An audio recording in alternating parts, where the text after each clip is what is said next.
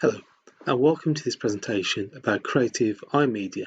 My name is Mr. Millenship, and I'm the head of ICT and computing here at EDA.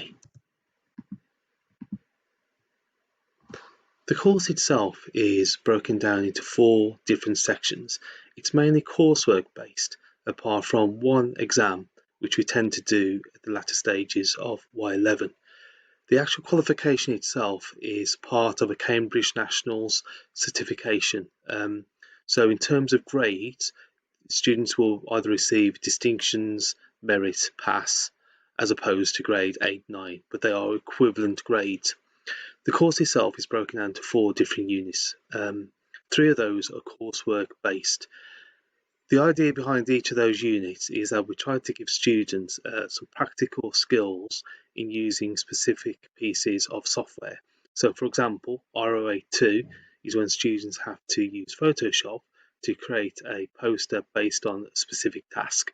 And part of that will be them gathering information, planning it, drawing out the diagrams, getting all the assets for it, like images and so on, and then using Photoshop to create something which is aimed for a particular audience. R85 is very similar, except this time they create a multi-page website.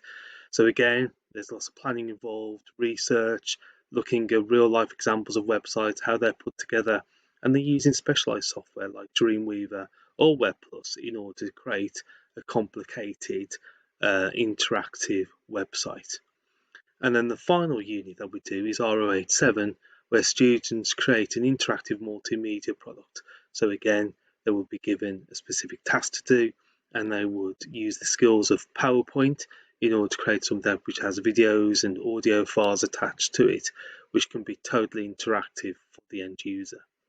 The exam itself tends to be around pre-production skills. So they'll be tested on their knowledge of mind maps and mood boards and all these things which we cover in each of the different units.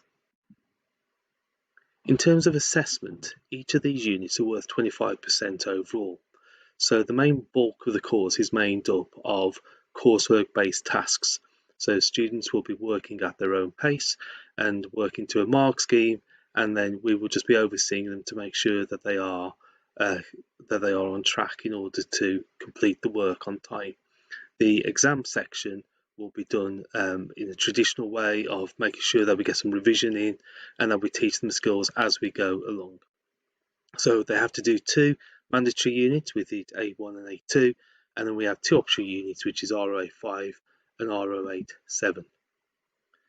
Again, you might be thinking, well, why should I study creative iMedia? And creative iMedia is one of the kind of key aspects of our everyday lives, and it's quite vital in the UK business and economy. So lots of organisations use and need people who have skills in creating websites, creating adverts, being able to put presentations together. Most organisations kind of want to have an online presence. So if you have the skills in order to create websites or create adverts or to be able to create something which can be used in that way, then you would be in a very fortunate position job-wise. The course itself will introduce you to lots of sort of skills. We are looking for students who can obviously manage their own time, who can make sure that they can complete tasks to a high standard of good ability, and also have a willingness to try new things out. Post-16 opportunities, Creative iMedia really equips you quite well in terms of the BTEC qualification, which you do the BTEC level 3 qualification in IT, or following on from there, it can also help out in such degrees such as media studies, media production, and game design as well. And again, the skills that we will teach you will help you in lots of different aspects, such as architecture, fashion, films, games. And you'll pick up lots of skills about how to design and how to produce different aspects of work.